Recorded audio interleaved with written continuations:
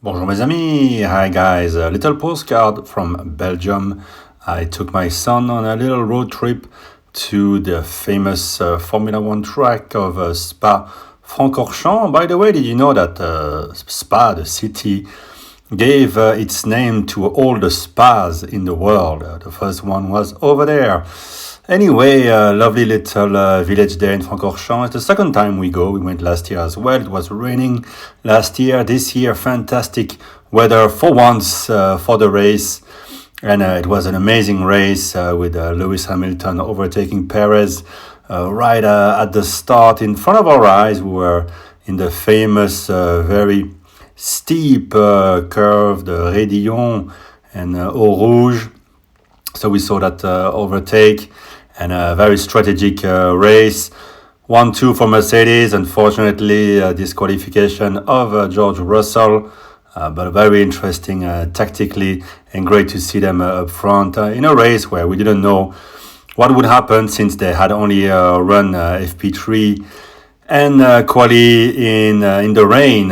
So nobody really quite knew what to expect, and it was very fun. Of course, on the wrist I had the Tudor Black Bay 58, the only watch I took for this holiday, and it's just been fantastic, and it's quite discreet, very comfortable. So I wear it 24/7, and it only gains 1 second per day or thereabouts. So in over 2 weeks, it was just about 15 seconds fast. So really beautiful track over there. As you can see, it's the longest track on the calendar, 7 kilometers, lots of forests, and a beautiful weather. It was really hot that day. We saw the Porsche Cup as well, and some of the old Formula Ones. Anyway, very nice to drive in that region.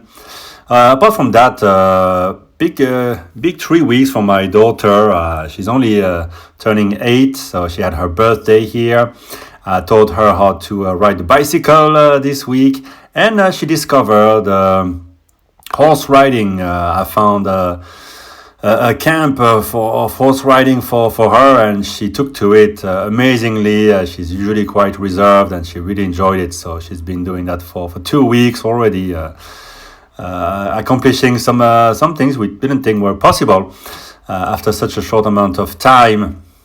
Anyway, great food here. My mom is a great cook, and we had all the classic and a lot of sweets as well. So I gained a bit of weight, and apart from that, we saw the whole family. Went to a fantastic animal park, Paradisa, one of the most, if not the nicest in Europe. Great animals over there. A fun day. And there you go. We are soon enough we'll be going back to Hong Kong. And since we're talking Formula One, Rolex apparently is giving up its sponsorship of Formula One. Why? Everyone can speculate. Apparently, Tag Heuer, so the LVMH group, will be the main sponsor.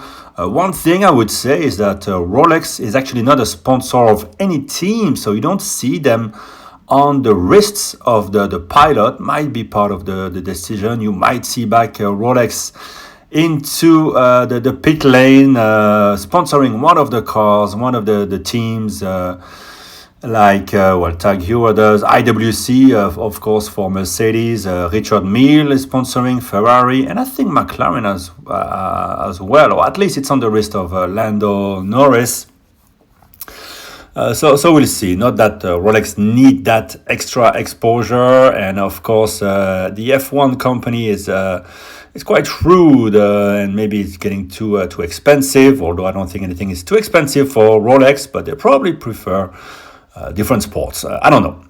You can speculate anything, and maybe we'll see them back again. We'll miss that Rolex sign, trackside. That's for sure. And apart from that, from the a little shout out to my buddy Anthony. He's started the Rolex game, the dance with the AD. So it gives me a bit of feedback which watches he's been shown. He's been shown a couple of the GMTs, including the new one, but at a different AD than the one he bought a couple of watches from before. So they expect him to spend just about the same amount as the watch first to get the watch, which is well, not the end of the world. But yeah, I told him probably don't need that many watches. Look who's talking. But there you go, guys. I hope you're having a great holiday or a great summer period, doing some cool things. Let me know in the comments what you do.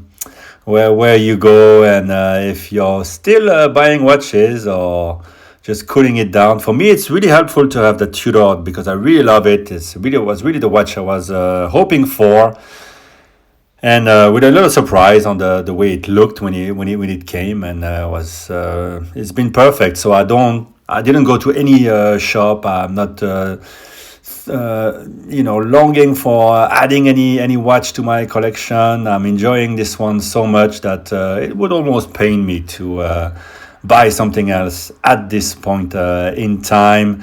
Anyway, watching the Olympics as well, and Omega is the sponsor, and the CK859 that was really nice, a dress watch 2-3 years ago.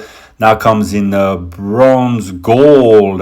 So I'm looking forward to go back to Hong Kong to check that one out with the gang. My buddy Simon already checked it out. He has the steel model, and he's tempted. So it means it's really beautiful in person. And it was funny when that one was announced. Some people in the comments on Instagram on the Omega account were saying that they were copying the dress watch of Rolex, the 1908. Guys, wake up! Was entering in the comment. They just it's a design that Omega was doing in the late 40s, I believe, and they just bring it back in a modern form, just like they did for the museum watches. So no, Rolex, as we know, has not come up with that many original things, but what they do is very well. But yeah, that design is Omega's, and they do it beautifully. Really an exciting watch to discover. I already have enough dress watches of that type, so I don't think I can spend that money. Money is a bit tight this year. Just got my tax bill in Hong Kong. It's one of my heaviest so far. So yeah, that puts a big dampener on any watch buying enthusiasm, unfortunately. Well, guys, have a great summer. And I'll speak to you soon, probably already back in Hong Kong. Bye-bye.